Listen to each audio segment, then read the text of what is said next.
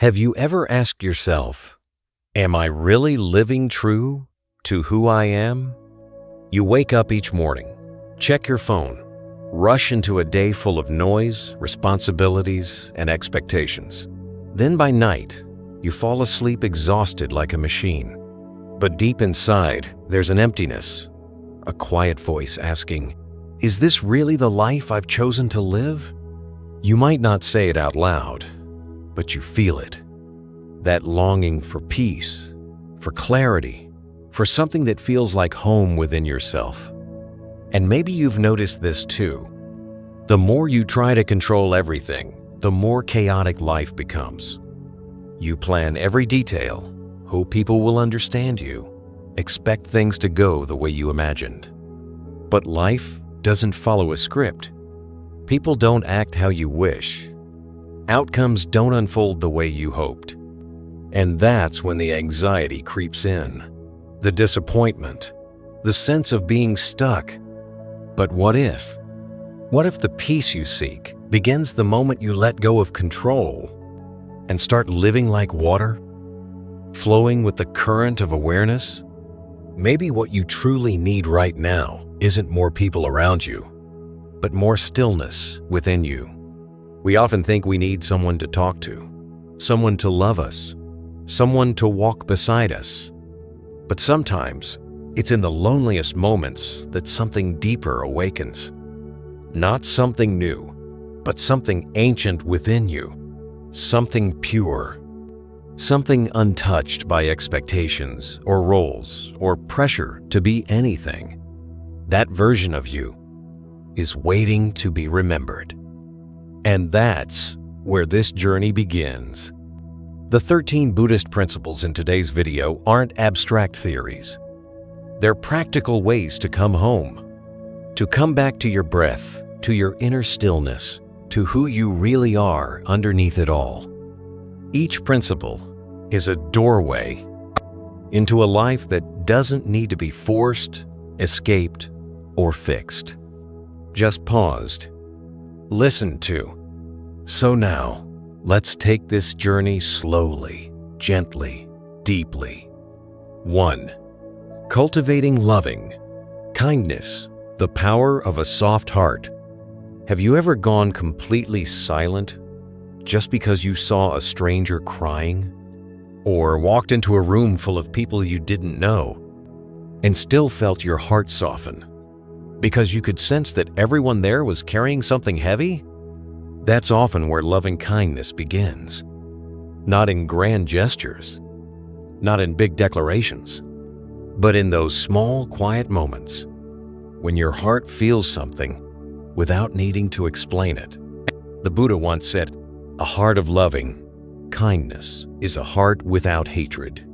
It's a pure, unguarded state. When you look at someone without needing them to be anything, without wanting them to act a certain way, you just care because they're human, because they hurt just like you, because they're trying to make sense of life just like you.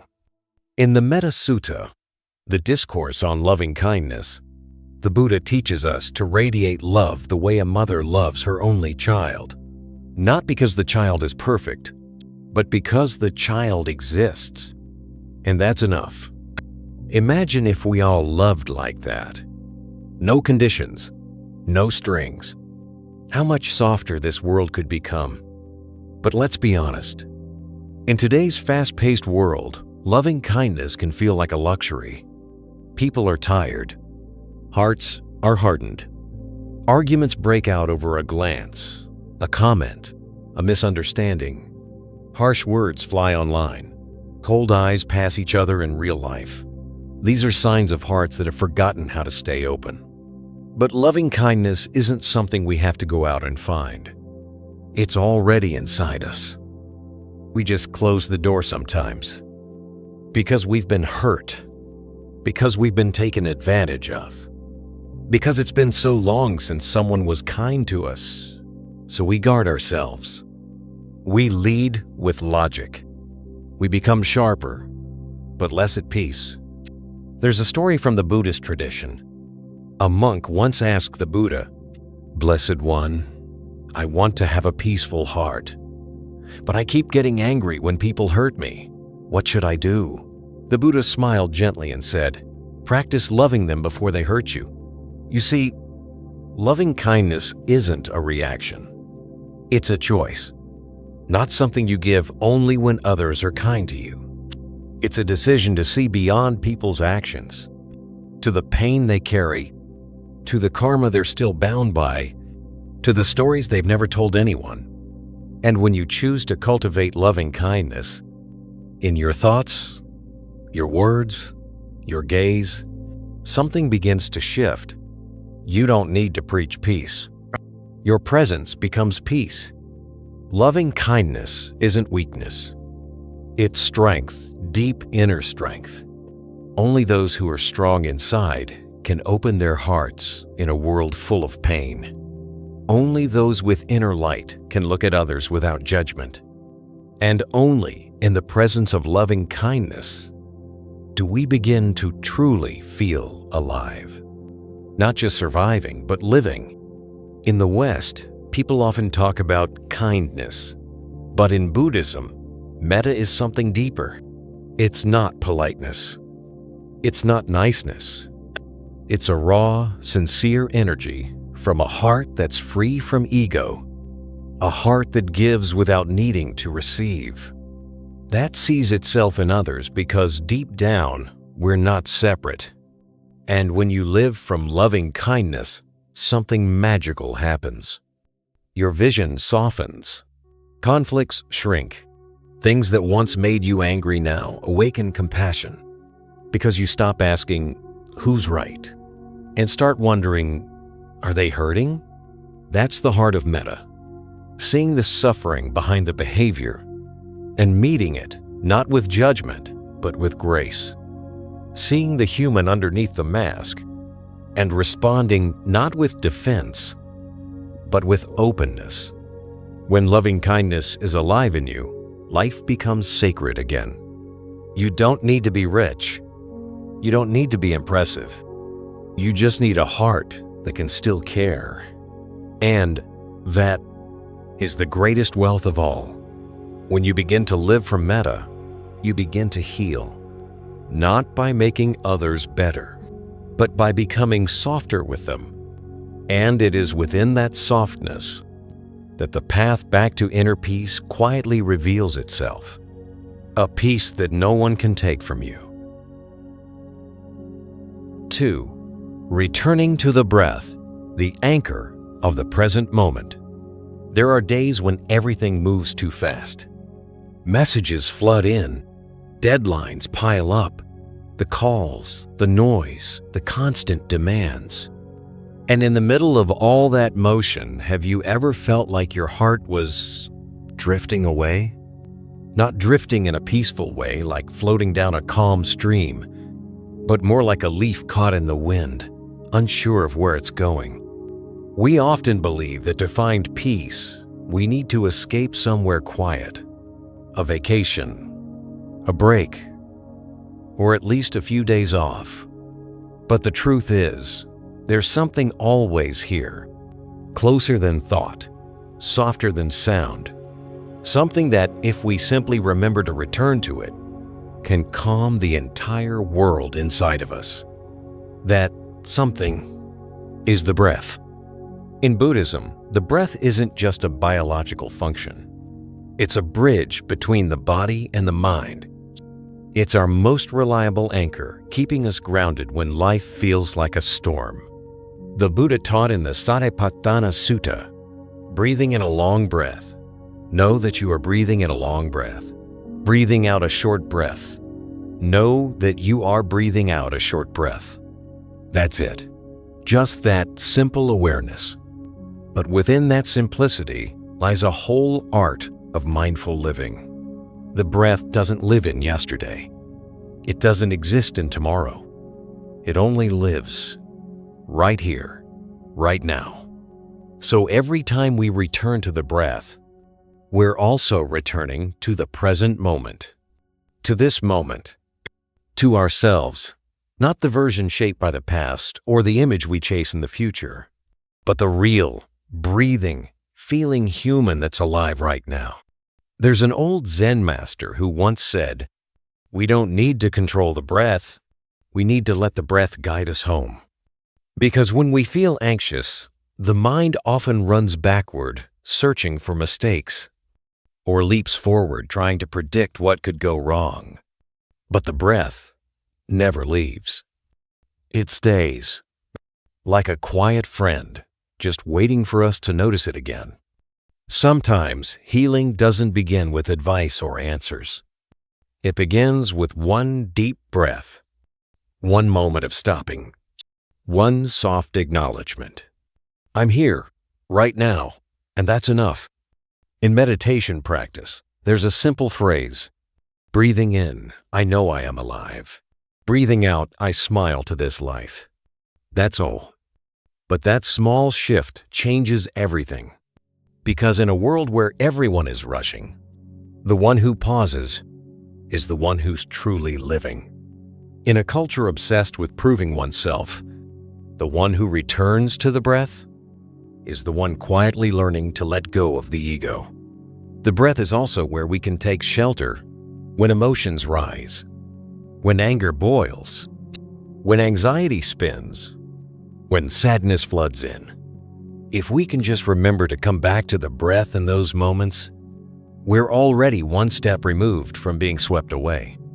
Not to avoid the emotion, but to create just enough space to see it, to witness it without drowning in it, to feel it without reacting to it. And truthfully, most of us have already touched this before, even if we didn't name it that way. Like standing by the ocean, listening to waves, and suddenly feeling calm. Like watching someone you love sleep peacefully, and your heart softens. These tiny moments, no one teaches them, no one explains them, but your breath naturally slows down, and stillness gently slips into your heart. That's when, even if just for a second, you're fully alive in the now. But modern life has taught us the opposite. Multitasking is praised.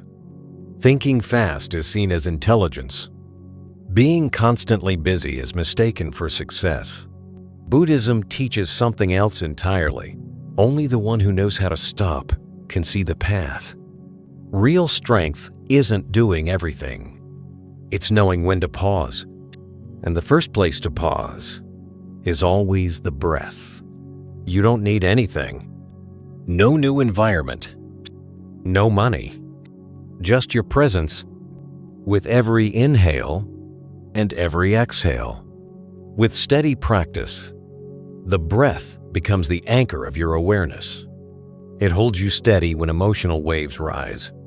It whispers, everything will pass, but you are still here, still breathing. And once you've experienced the power of breath, you stop underestimating the small things. Because it's the small things, the way you breathe, the way you walk, the way you listen, that shape the quality of your whole life. The breath is like light.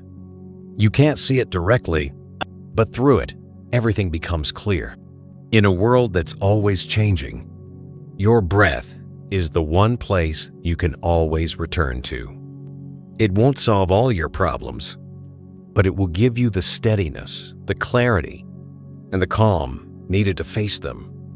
And as the Buddha taught, when the mind is grounded in the breath, wisdom naturally begins to arise. You don't need to force awakening. Just return to the breath, and you are already walking the path to it. 3. Turning everyday actions into mindfulness practice. One day, a middle-aged woman came to a Zen master and asked, "Master, I really want to practice mindfulness, but my life is just too busy. I have 2 young kids, a full-time job, and 100 little things to do every day. How can I ever find time to meditate or go to a retreat?" The master didn't respond right away. Instead, he gently picked up a teapot and slowly poured tea into a cup that was slightly tilted. The tea overflowed. He calmly set the teapot down, wiped the spilled tea, and then looked up. "You see," he said, "mindfulness isn't something extra you do. It's how you do everything you already do. Even pouring tea. If you know you're pouring tea, that's already practice." In Buddhism, mindfulness doesn't begin on a cushion. It begins right where you are in the kitchen, at your desk, while washing dishes, driving, folding, laundry. Any action can become a spiritual practice if you're truly present with it. You don't need to clear your schedule to live mindfully.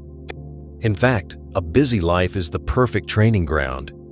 You don't need a quiet forest to find peace. The real challenge is keeping your mind steady amidst traffic noise, kids yelling, or a tense work meeting. Mindfulness doesn't require ideal conditions. It only asks for one thing: your full attention to this moment. Mindfulness is, when you're doing the dishes, just doing the dishes. Not replaying that text you haven't answered. Not drifting into a comment someone made earlier. It's when someone's speaking to you and you're really listening, not interrupting, not planning a smart reply, just listening. Someone once asked, "So what does it mean to practice in daily life?" A Zen teacher answered, "When you walk, know you're walking. When you eat, know you're eating. When you're angry, know you're angry." Sounds too simple, right? But in that simplicity lies freedom. Why? Because most of our suffering comes from not being present. The body's sitting at dinner, but the mind's already in tomorrow's meeting.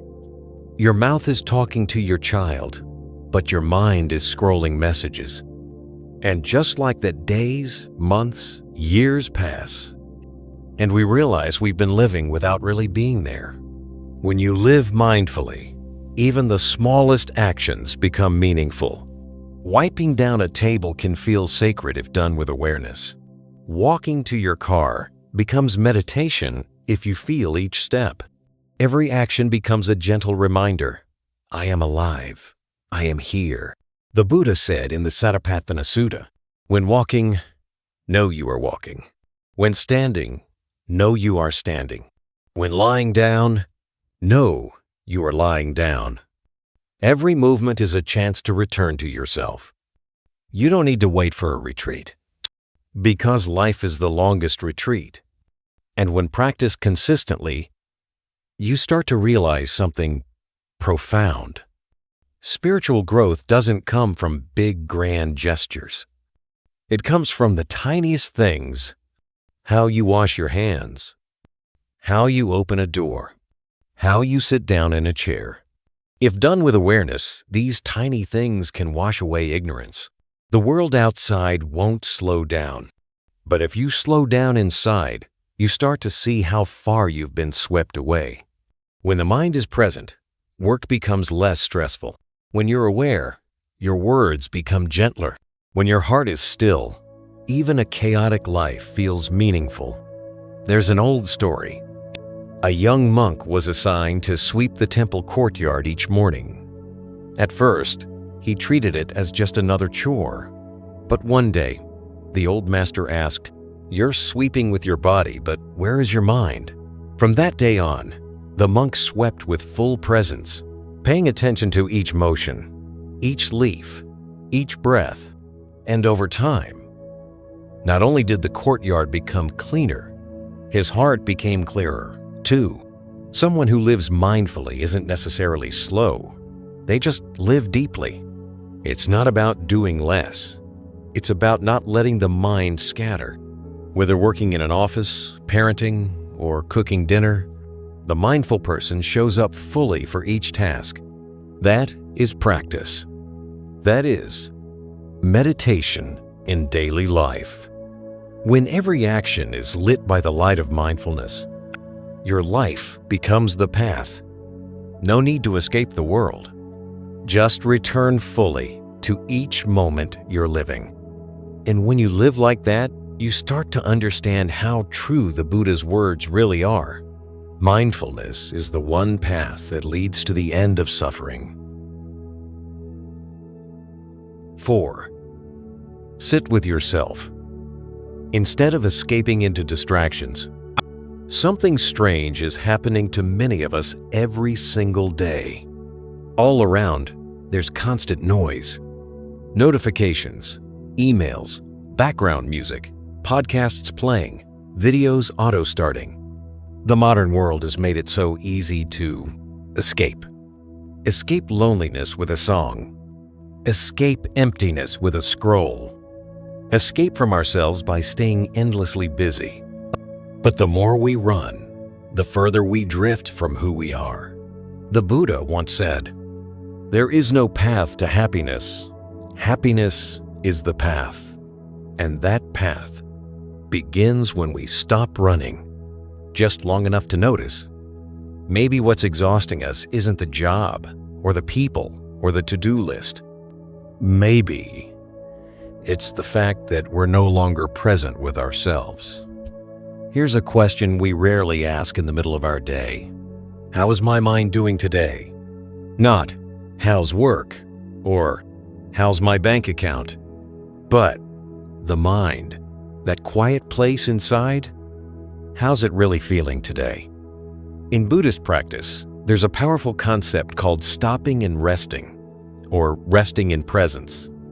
It means sitting with yourself, not to fix, not to perform, just to be fully there. Many people think healing requires doing, but truth is, healing begins with presence. Not by reaching for the phone, not by staying busy just to stay distracted, not by drowning out emotions with constant motion. Just sit down. No judgment. No pressure to be happy. No pretending to be okay. Just sit and breathe. And then, slowly, things begin to rise. The unnamed sadness. The quiet, "I'm not enough." The whispering doubt, "Why do I never feel like I belong?"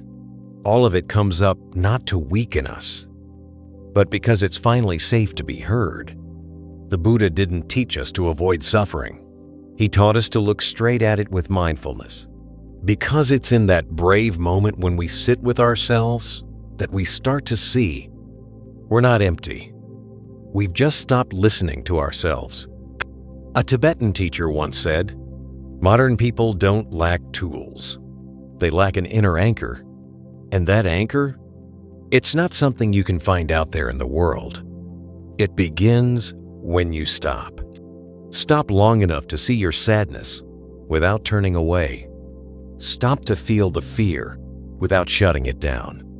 Stop and let yourself say, 'I'm tired,' and not force yourself to be strong anymore.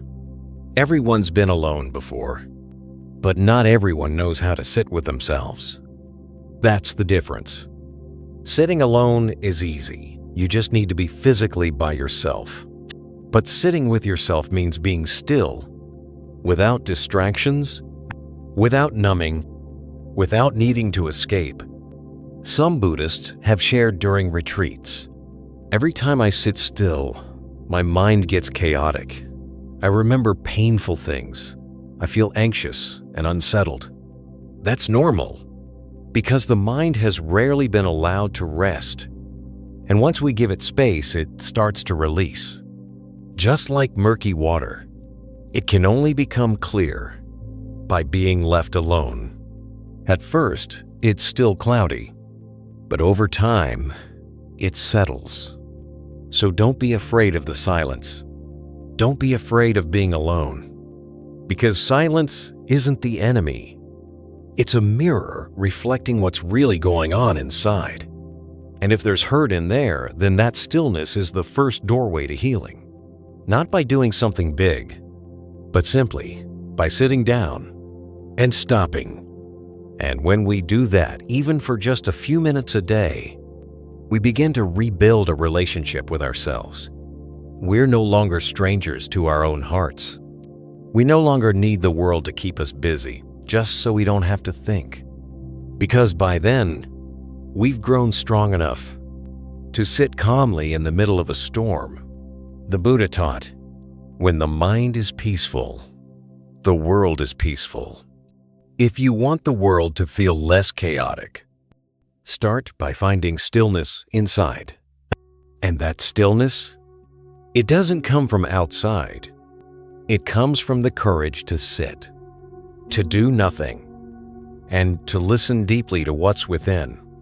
In a world that keeps urging us to run, the one who stops is the one who begins to wake up.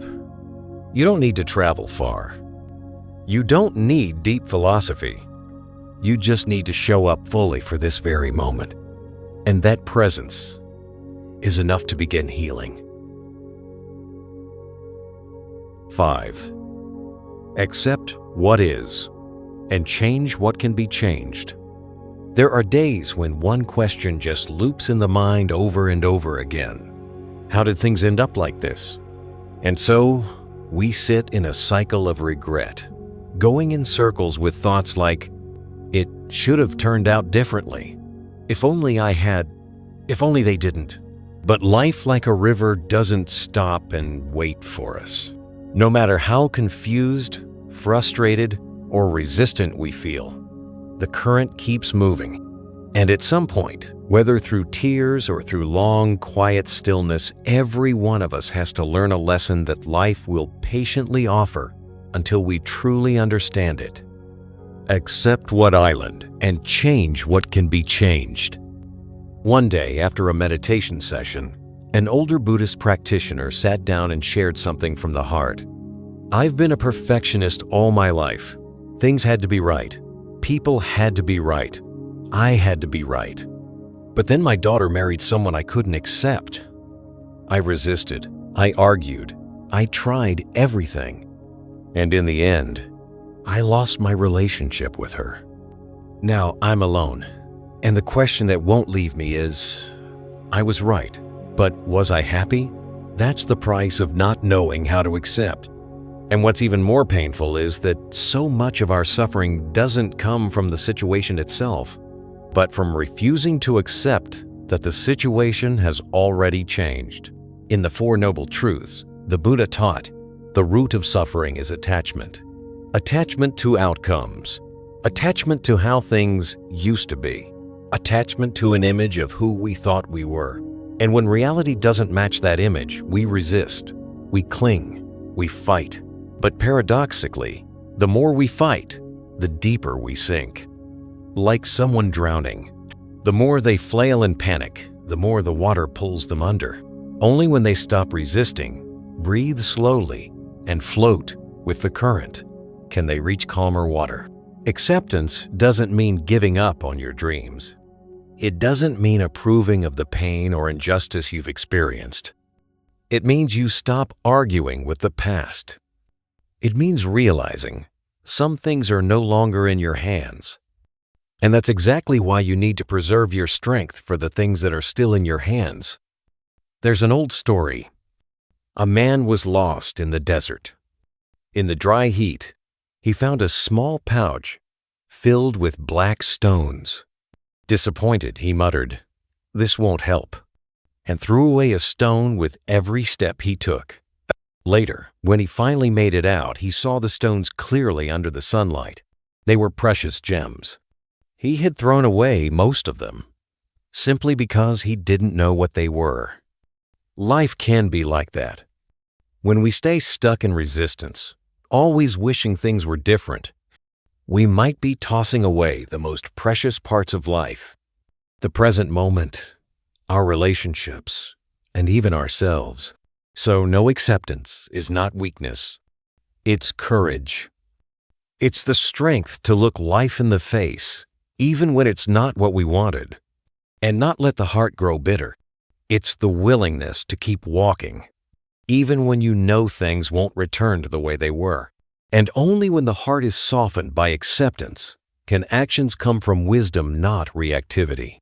Only then can we ask the real question, what can I still do? Maybe it's shifting how we see the situation. Maybe it's changing a habit or a mindset. Maybe it's learning how to love family differently without trying to control, without clinging. In meditation, teachers often say, Before you act, find stillness.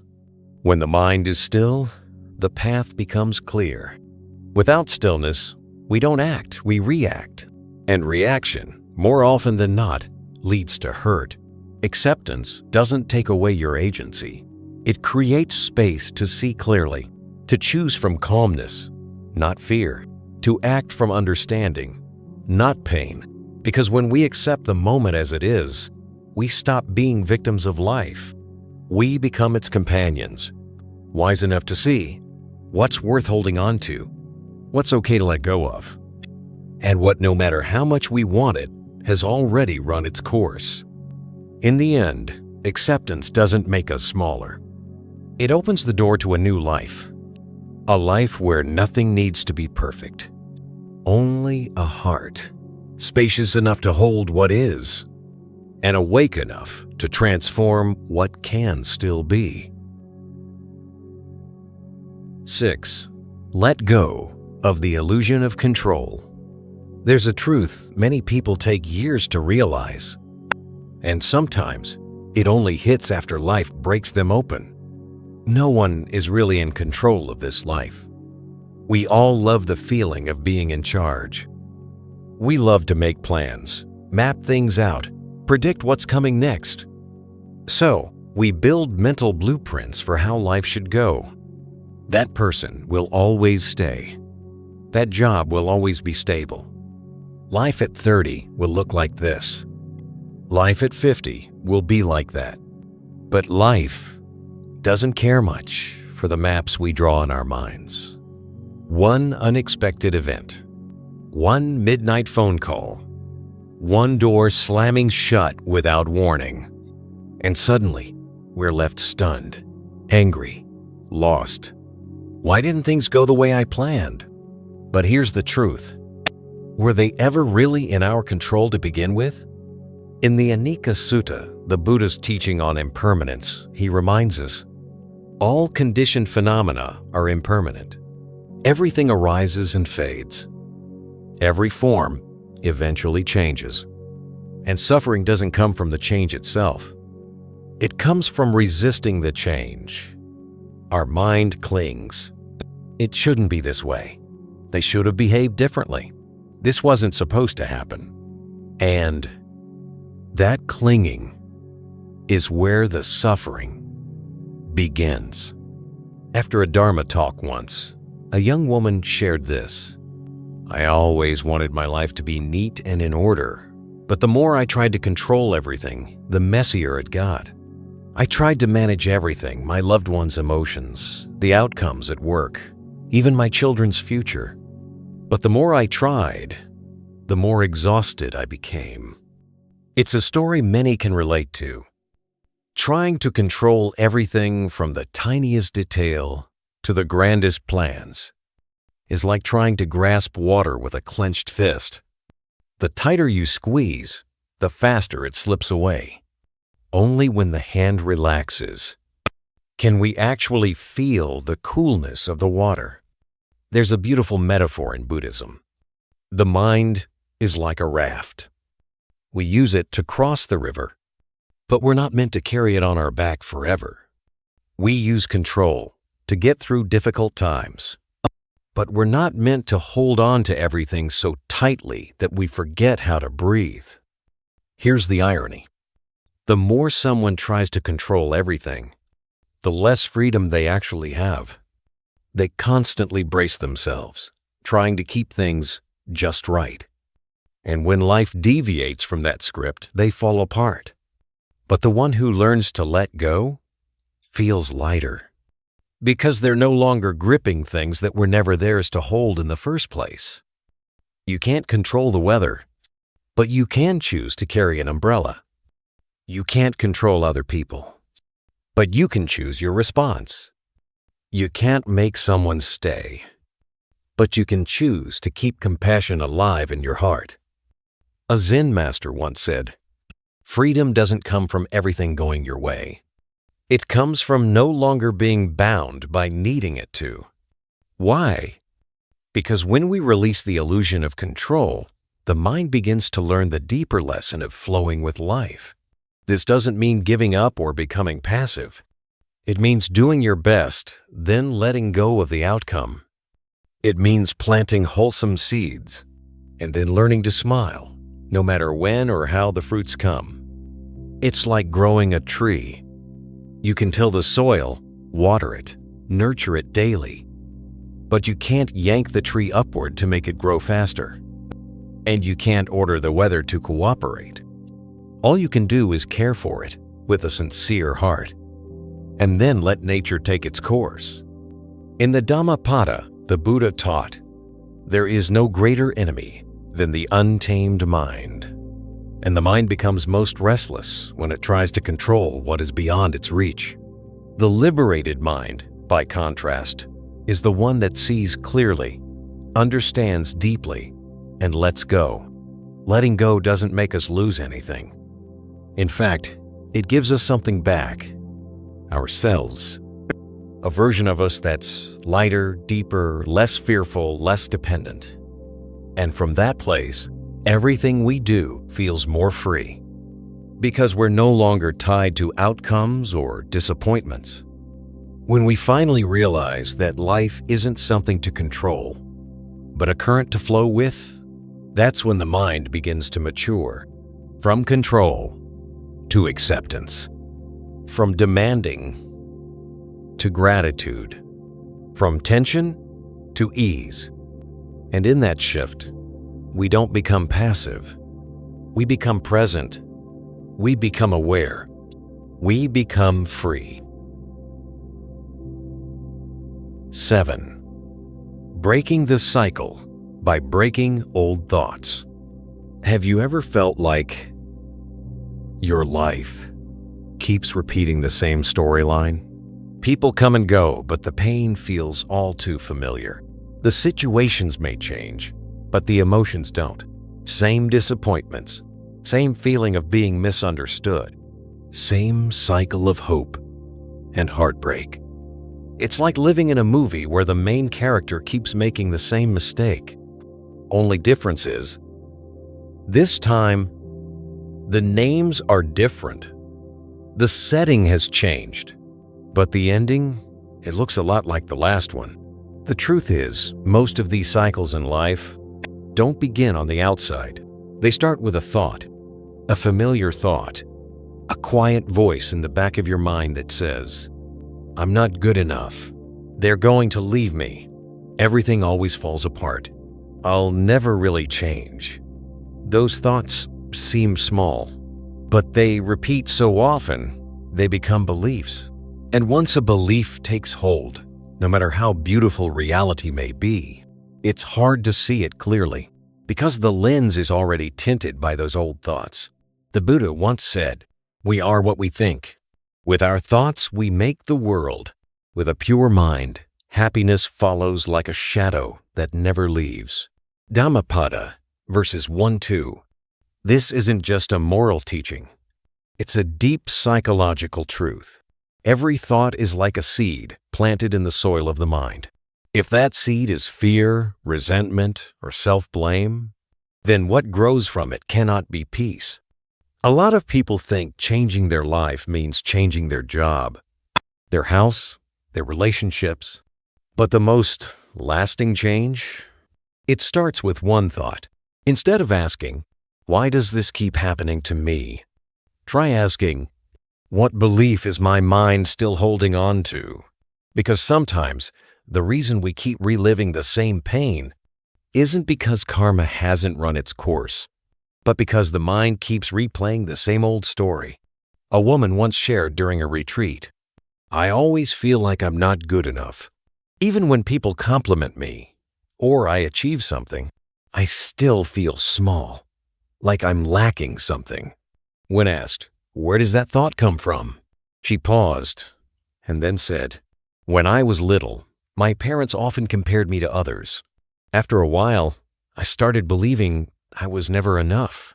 That's when she realized she had been living inside someone else's story from many years ago. You see, the mind has a habit of repeating what's familiar, even if it hurts, because the familiar feels safe, even when it causes suffering. But new ways of thinking, even if they bring freedom, require courage. And if we don't change the thoughts, life will just keep looping around the same pattern. Different faces, different places, but the same emotional outcome, like walking through a maze, only to find ourselves right back where we started. The Buddha said, "No one can save you but yourself. No one may. No one should. You must walk the path alone." Virya Sutta. And the first step is to look at our old thoughts with the light of awareness. Pause. Listen to that inner voice that shows up when you fail, when you're sad, when you're scared. Ask yourself, is that voice kind to you? Or is it harsh, critical, cold, carrying the tone of a long-gone past? If you realize that voice no longer serves you, then that's the moment you get to choose again. Not through force, but through mindfulness. Oh, it's that same old thought again. I used to believe it, but today, I can choose something different. There's a phrase often heard in Vipassana meditation. If you can't stop the river, learn not to be swept away. The mind is just like that river. Thoughts will come. But if we don't chase after them, don't identify with them, they'll pass on their own. Breaking the cycle doesn't mean doing something dramatic. Sometimes, it's just interrupting one small moment where we're about to repeat the old habit. Like, when you're about to say something harsh to yourself, but stop. When you're about to assume someone will hurt you, but breathe and observe. When you're about to repeat that old story, "I always mess things up," but instead, you go quiet and listen to what's really going on inside. Those tiny moments are cracks in the loop, and through those cracks, the light starts to come in. So in the end, here's what we must remember. Thoughts aren't truth. They're just passing sounds in the mind, and we have the power to choose which ones deserve to stay. As the Buddha once taught, the mind is the forerunner. The mind leads. The mind creates all things. Change the mind, and you change the world. 8. Embracing pain as a teacher. There are some kinds of pain in life that no one asks for, no one welcomes, and no one ever feels ready for. They show up like an unexpected guest knocking on the door when everything seems calm.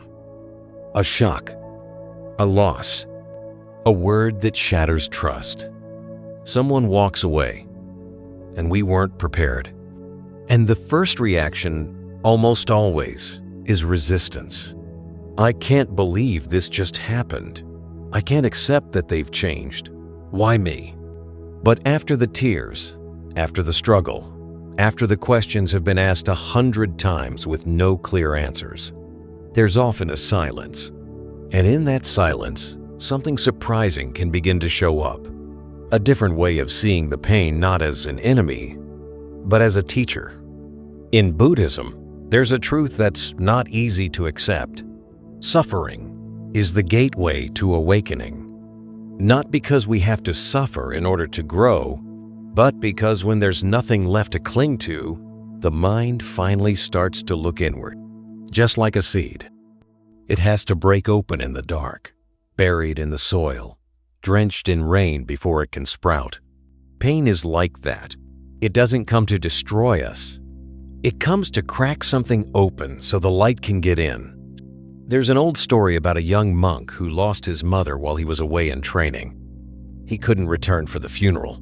For months, he was consumed with guilt and grief. One day, he sat under a tree, just breathing and crying.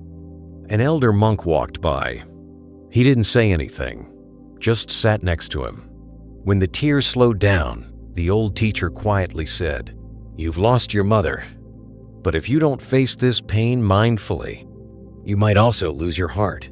This pain doesn't need to be silenced. It needs to be heard. Because the deepest part of pain is the doorway to your truest self." That one sentence stayed with the young monk for the rest of his life. And if you've ever been through deep, soul-level pain, you probably know this truth in your bones. Only when pain is fully received can it begin to reveal the gift it carries. There was someone I once met who lost everything in a financial collapse. And yet later he said, "That was the moment I learned humility and gratitude." Another person shared how betrayal forced her to see just how far she had abandoned herself trying to please others while forgetting what she truly needed. And someone else, who touched the bottom of loneliness, learned how to become her own closest and kindest companion. The Buddha didn't teach us to run from suffering. He taught, see the suffering, understand it, and through that understanding, the path to freedom will reveal itself. The Four Noble Truths.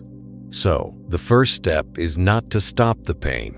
It's to sit with it, to breathe with it, to stop pushing it away or pretending to be okay. Let the pain say everything it needs to say. Because sometimes what we need isn't advice, but a space to finally hear what our heart has been holding in silence. It's like a heavy rain. If all we do is look for shelter, we'll always be afraid of storms. But the moment we step out into the rain, stand still, and feel it on our skin, it becomes something else. A companion, not a threat. Pain is like that. One day, we may look back, and instead of resentment, we'll feel gratitude. Not because we liked being hurt, but because through the hurt, we learned tenderness. Through loss, we learned how to truly value what matters. Through a broken heart, we learned how to hold fragile things with care and sincerity.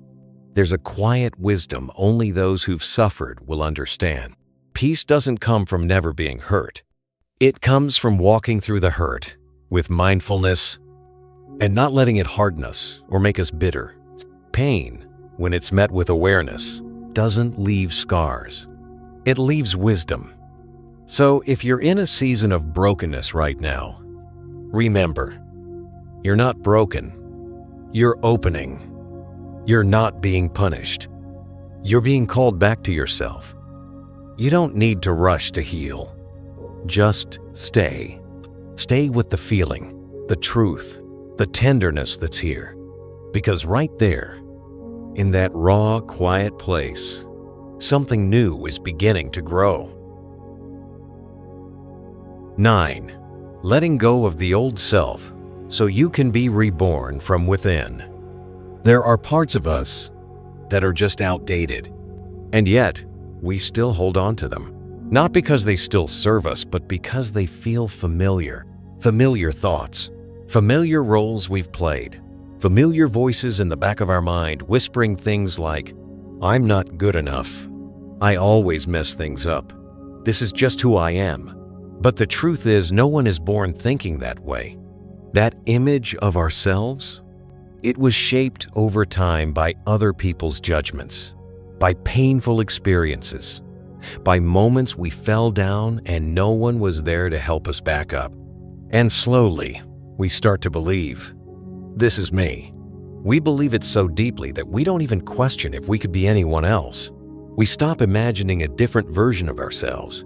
In Buddhist teachings, the Buddha reminds us, there is no fixed self.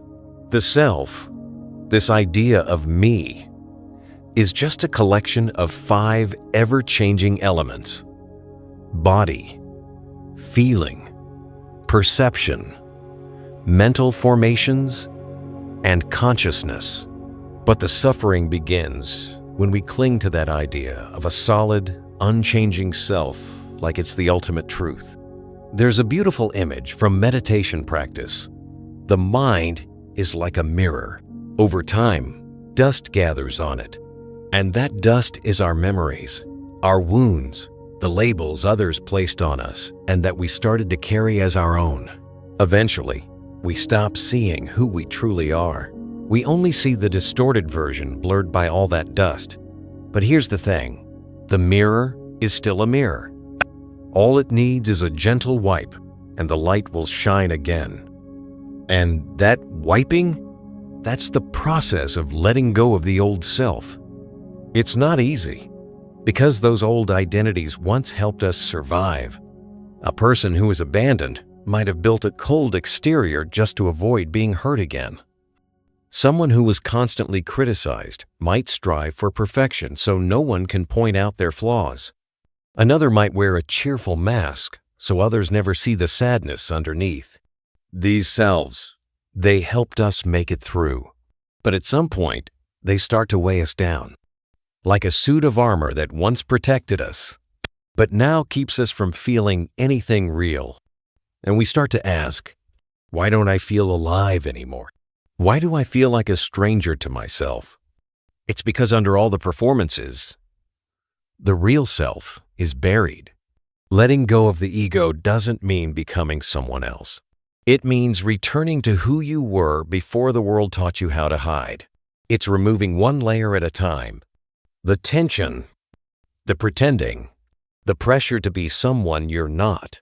It's having the courage to say, I don't have to be strong all the time. I deserve healing not because I'm perfect, but because I'm human. There's a line often repeated in meditation circles. You don't need to seek the light. Just let go of what blocks it. And the ego, that old identity, is often the very thing in the way. A woman once shared, I spent my whole youth trying to become the daughter my mother wanted. And when she passed away, I realized I had no idea who I was. That's the pain of living a life based on someone else's script. A self built for survival, not for authenticity. But rebirth, the true kind, begins when we slowly peel away the parts that no longer belong to us. That old belief, that small voice that makes us shrink, that sentence, I'm just this kind of person. Number, no one is just anything. Every single one of us has the power to change. Not to become some upgraded version of ourselves, but to become the truest version of who we were all along. And when that old self is released, something magical happens. The mind feels lighter, the breath goes deeper, the face softens, and our relationships begin to shift because we stop showing up as a character we don't relate to anymore. Letting go of the ego is a homecoming, a return, slow but profound.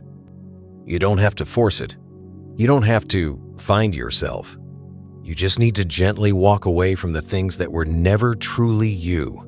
The Buddha gave up his royal identity not to reject the world, but to discover a truth beyond any role or title. He didn't become someone better. He became someone free from the clinging to I, me, and mine. And that is the greatest freedom. So if you find yourself exhausted by who you've been, maybe it's time to sit down and ask honestly, what part of me has gotten too old to carry? What story no longer brings life? And can I let it go to be reborn again from within? When the old ego is released, space opens up and something deeper has room to grow. That's where true transformation begins. Not from the outside, but from a heart that's finally ready to let go. 10. Choosing mindfulness over multitasking. Here's a question worth reflecting on. Why is it that in a world full of conveniences, we still feel so empty? We lack peace. We lack focus. And sometimes we feel like we're not really living at all. Many people say, life moves fast now. That's just how the world island. But maybe it's not just fast, it's chaotic. We're doing too many things at once. Eating while watching videos. Working with 10 tabs open on the screen. Walking while listening to a podcast. Answering texts and checking emails all at the same time. And strangely enough, the more we do, the less present we feel in any of it. In Buddhism, there's a core concept called mindfulness. It's not just a meditation technique, it's a way of living, a state of being fully awake in the moment. The Buddha taught, mindfulness is the only path to awakening. That means Without mindfulness, no matter how much we do, we're not really alive in the now. There's a story about a young monk who once asked his teacher, "Master, when I do chores, my mind keeps drifting. I'm doing one thing but thinking of 10 others." The old master smiled and said, "When you wash the dishes, just wash the dishes." It sounds simple, but that is the path back to mindfulness. Not just slowing down, but truly stopping inside. Multitasking gets praised a lot in modern life. People who juggle many things are seen as productive, even impressive. But here's what neuroscience shows. True multitasking doesn't exist. What the brain actually does is switch rapidly between tasks. And that constant switching tires us out silently. We start feeling drained, doing things we used to love. We miss the joy in a cup of tea, a breeze across the face, a loved one's glance because the mind is busy running scripts in the background. One thought pushes out another. One memory triggers the next worry. And slowly, we stop touching the present moment altogether. Mindfulness teaches us a different way to walk through life without getting pulled away. When you eat, know that you're eating. When you listen, truly listen. No judgments, no rehearsed replies. When you do something, do it with your whole self, even if it's just folding laundry or washing a cup. Someone once asked, "I have a busy life. How can I practice mindfulness every day?" And the answer isn't about quitting your job or going off to a retreat. It's about how you approach each moment. You can be commuting and choose to take in the morning light instead of just cursing traffic. You can wash dishes and feel the water, the rhythm of your breath, the presence of your hands instead of trying to squeeze in another podcast. Mindfulness doesn't mean doing less. It means doing fully, bringing life back into the things you already do. Even a single drop of water falling onto a leaf, if you're present, can become meditation. Even one conscious breath can be the doorway to freedom. In the Satipatthana Sutta, the Buddha taught, "When walking, know that you are walking. When standing, know that you are standing. When lying down, know that you are lying down." Not to control the body, but to bring the body and mind back together in one place, because so often the body is here but the mind is somewhere else. Worrying about the past, replaying things that can't be changed, anxious about the future, imagining things that haven't even happened. And meanwhile, the present, the only moment that's truly real, gets left behind. When mindfulness becomes a way of living, something subtle begins to shift. Life doesn't suddenly become easy, but inside, there's a stillness that starts to form. You no longer react on autopilot. You don't get swept up in every wave. You choose to be fully present, one thing at a time. And that presence, it's the greatest gift you can give. To your child who just wants you to really hear them, not with half your mind still on your phone. To your loved one who needs your listening, not your quick advice. And even to yourself who deserves to be seen, felt, and loved through your own mindful awareness. So no, mindfulness isn't a luxury for people with lots of free time. It's the only way to be a whole human in a fragmented world. You don't need to give everything up. Just start with this. One moment, one breath, one task at a time.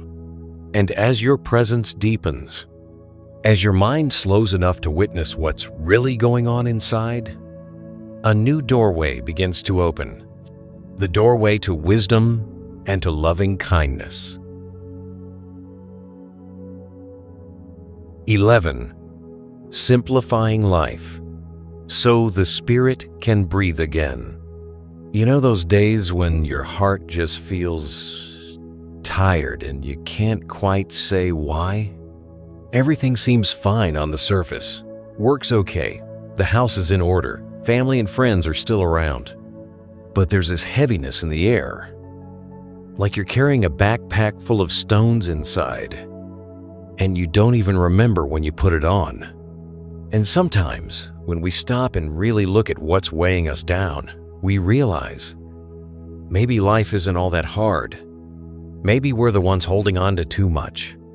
In today's world, everyone's busy. Calendars packed from morning till night. Notifications buzzing, nonstop texts, emails, social media. Our closets are full, yet we still feel like we have nothing to wear. And our minds, a jumbled mess, running in circles with unfinished to-do lists and mental clutter. And we end up exhausted. Not from lack, but from too much. Not because life is complicated, but because we haven't learned to simplify it. There's a beautiful teaching from the Buddha that goes, the less you crave, the less you suffer. The simpler the life, the more peaceful the mind. And it's true, when we learn to let go, to choose what really matters, the mind naturally becomes lighter. There's a Zen story about a man who came to a master and said, "Master, I want to practice, but I have no time. My life is too full, too stressful." The master quietly poured tea into the man's cup. He kept pouring until the tea overflowed and spilled everywhere. "Master, the cup's full!" the man cried out. And the master smiled. "Just like your mind, if you don't stop pouring, how can there be room for peace?" That image, a cup too full, is exactly what so many of us are carrying around. A heart too crowded, a mind too cluttered. No space left for stillness, for clarity, for joy. But simplifying life doesn't mean we have to quit everything, sell all our things, or go live in a forest. Sometimes, it just means putting down what's no longer needed.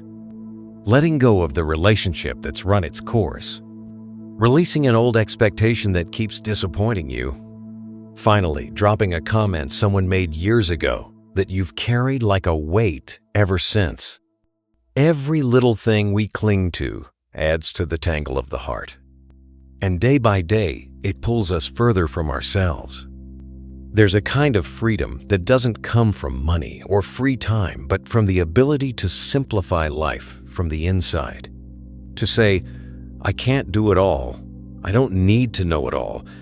I don't have to carry it all. To choose less, but to go deeper with what matters. This applies not just to stuff we own, but also to the thoughts we entertain, the content we consume, the worries we feed. Because when life becomes simpler, we begin to see more clearly what's truly important. A warm meal with someone we love. A quiet afternoon breeze. A walk down the street without mental noise about emails and unread messages. When the heart is clear, the light comes in. And only when we stop being pulled in 100 directions can we actually go deep with one. In Buddhist texts, there's this image of a practitioner walking through a field like wind over grass. No trace, no disturbance, not clinging to ownership, not tangled in what doesn't serve. A light step is only possible with a light life. And a light life comes from a mind that knows how to let go and how to choose. Truth is, every day we're given chances to simplify. Say one less thing that doesn't need to be said. Worry one less worry that isn't yours to carry. Let go of one item you haven't touched in years. Read one less news article that only agitates the heart. And in its place, add one quiet moment, one conscious breath, one kind act, one pause to sit and actually hear yourself again. When the spirit is lighter, not only does health improve, but the mind becomes clearer. We begin to hear that quiet inner voice, the one that's been drowned out by all the noise. So, if your soul feels heavy today, maybe it's not about adding anything more. Maybe it's about subtracting, letting go of what's unnecessary to keep what truly matters. Letting go of the noise so you can hear your own heart. Because peace doesn't always come from finding something new. Sometimes, it comes from removing what's been covering it all along. 12. observing emotions instead of reacting on impulse. Have you ever noticed how an emotion can flare up in just the blink of an eye? One careless comment from someone, suddenly your chest tightens. One clumsy action and your whole body heats up like it's about to explode. And before you even realize it, the words fly out. The angry glare appears. Everything happens so fast, it feels like you don't even get a moment to pause. Then comes the regret. Regret for saying too much. Regret for overreacting. Regret for letting your emotions take the wheel. In those moments, we're not really ourselves. We become a version of us that's driven by pure instinct, by reaction, not reflection. And the real tragedy?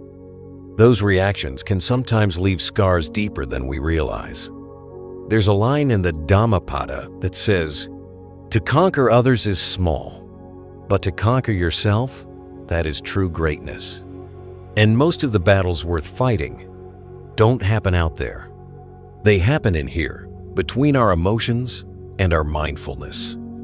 Imagine a small flame burning on a table. If you pour oil on it, the fire bursts into chaos. But if you just observe, stay still, the flame will eventually burn itself out. Emotions are just like that. They're not nearly as dangerous as our unconscious reactions to them. In Buddhism, there's a powerful word, contemplate. Not suppress, not run away, but see clearly. When anger arises, don't rush to punish or retaliate. Take a deep breath, turn inward and ask, where is this coming from? What is it trying to tell me? Is this reaction really necessary? And if you observe long enough, you'll see emotions are just like passing clouds. They come, they go. You don't have to chase them away. You don't have to hold on. Just by not reacting instantly, you're already nurturing mindfulness. There's a story where someone once asked the Buddha, "Lord, what should I do when I feel anger?" And the Buddha replied with a gentle smile, "Be like a still pond. When someone throws a stone in, the surface ripples. But if the water remains calm, the stone will sink and the pond returns to peace." Our minds work the same way. If we're always stirred up, always reacting, we never find clarity. But if we pause and really look, even anger, sorrow, or hurt can soften without violence, without suppression. This isn't easy, especially when we're hurting. But in each difficult moment, we do have a choice: to react out of habit or to observe like a mindful practitioner. When someone wounds us, our instinct is to defend, to strike back. But practice teaches us to pause and ask, will this reaction bring peace to my heart? And if not, then why hold on to it? No one's telling us not to feel our emotions. But what the Buddha teaches is this: don't become a slave to them. Learn to be with your feelings like sitting next to a crying child. You don't yell. You don't walk away. You simply stay with presence and compassion. That presence, that gentle observation builds inner wisdom. You begin to realize anger is often just the outer shell of a wound that hasn't healed. Jealousy is the voice of unspoken insecurity. Irritability is the cry of a mind that's forgotten how to breathe. And understanding those feelings, that's the first step toward inner freedom. Some people ask, so if someone insults me, should I just stay silent? Should I always hold it in? Not exactly. Silence isn't weakness, it's a kind of strength. The strength of a person mindful enough not to cause more harm. The strength of someone wise enough not to react from old wounds. From that space of clarity, you can choose your words, your actions, not from reactivity, but from awareness.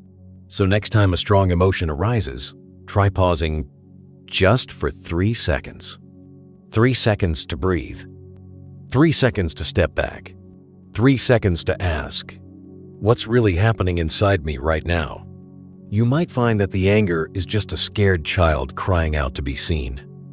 And sometimes all it needs is a little kindness and a moment of stillness, and it settles on its own. Mindful living doesn't mean never feeling anything. It means feeling deeply but not being swept away. It's being able to sit with every emotion while keeping your inner lake still. And that is liberation. Not something far away, but something found in every moment you choose to pause, to observe instead of react. And from that simple act of presence, a quiet, powerful transformation begins to unfold. No force, no pretending, just being fully present with yourself and watching the storm inside begin to soften. 13. Learn to walk alone and see it as a chance to meet yourself again. There are moments in life, whether we ask for them or not, when we find ourselves walking alone. No one beside us to share the load, no hand to hold through the storms. It might come after a breakup, a loss, or simply because those we were once close to have taken different paths. And in those times, loneliness isn't just about feeling empty. It's also about feeling lost. You no longer know who you are when there's no one left to lean on. You don't know which direction to go or how to keep moving forward without feeling overwhelmed. But here's something strange and also quietly beautiful.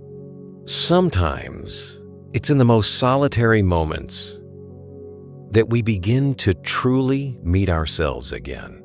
In the Buddhist scriptures, the Buddha once said, "Be your own refuge. No one else can do it for you." This isn't a call to isolate, it's a deep reminder. Every spiritual journey, in the end, is a journey inward, and that no one else can walk for us. Many people fear being alone, not because there's no one around, but because when all distractions fall away, we're forced to sit with what's inside. And often, that brings up hard questions. How have I really been living? What do I truly want? What have I been chasing just to avoid facing myself? In the quiet of solitude, all the outer noise fades, and what remains is the bare truth of who we are. There's an old story of a practitioner who left his village to live alone in the forest. At first, he felt peaceful, but soon, strange dreams came. Painful memories returned. He thought he was losing his mind, but a wise old monk came to visit and said, "You're not going crazy. This is just the first time your heart isn't being drowned out by the noise of the world." So the practitioner learned to sit with himself, like reuniting with an old friend. No judgment, no running, just presence. Maybe the people who once made you feel loved are no longer there. Maybe the places that felt familiar now seem distant. But that doesn't mean you've lost everything. Sometimes it's only when there's nothing left to cling to that we're finally free to begin again. Not living by anyone's expectations. Not stuck in old roles. Walking alone when done with awareness doesn't make the heart colder. It makes it warmer. Because for the first time, we learn to truly listen to ourselves. In meditation, there's a simple but profound teaching. Return to the breath. The breath is always there, even when everything else is gone. It's the bridge back to the body, and through that, back to the heart. So even if you're all alone, the breath remains faithful, gentle, and wise. And in listening to the breath, you begin to rediscover a friend who's been forgotten for far too long. Yourself. Walking alone teaches us no one can give us happiness if we can't first feel whole on our own. No one can heal our wounds if we don't dare step into our own darkness. And no one can walk beside us for life if we don't learn how to love ourselves first. The truth is, many people are in relationships and still feel lonely. Many live in crowds and still feel lost. Not because they lack people, but because they've never truly connected with themselves. There are seasons in life we must walk alone, not because we're unworthy of love, but because the universe is giving us space to grow. No one goes through deep transformation without first feeling the sting of loneliness. It's a necessary solitude, like the cocoon a caterpillar must enter before it becomes a butterfly. So if you're in a moment like that right now, don't be so quick to call it misfortune. Maybe it's a rare opportunity to go deep, to see what's been buried, to shed the masks that no longer fit, to touch the most honest, pure part of who you are. The journey of walking alone is a journey home, not to isolate, but so that when you return to the world, you return with a fuller heart, a freer soul, a more awakened mind. And if you've listened all the way to this point, maybe there's a quiet place inside you that's starting to open. Maybe something is being heard, something you didn't know needed attention, a question you've never dared to ask, a sadness you've been silently carrying, or just a sense that it's time to live more honestly with yourself. This whole video hasn't been about something grand. It's been about the deeply human journey, from recognizing the old self, to letting go of control, to embracing solitude as a doorway back in. This isn't a path for just one person, it's one we all must walk, each in our own way, in our own time. We can't change the past. We can't force someone to love us the way we hoped. And we can't control everything life throws at us. But we can come home. We can choose to live slower, deeper, truer. And from that place, healing begins. Not loudly, but quietly and steadily. If something in this video touched your heart, please leave a comment below. Share your thoughts, because your words might just be the light someone else needs today. And if you found this message meaningful, please don't forget to subscribe to Buddhism Seeds, like this video, and share it with someone who may be needing a little peace, a little clarity, or a little love. We'll meet again soon, in the next video, where the light of Dharma gently walks beside each mindful step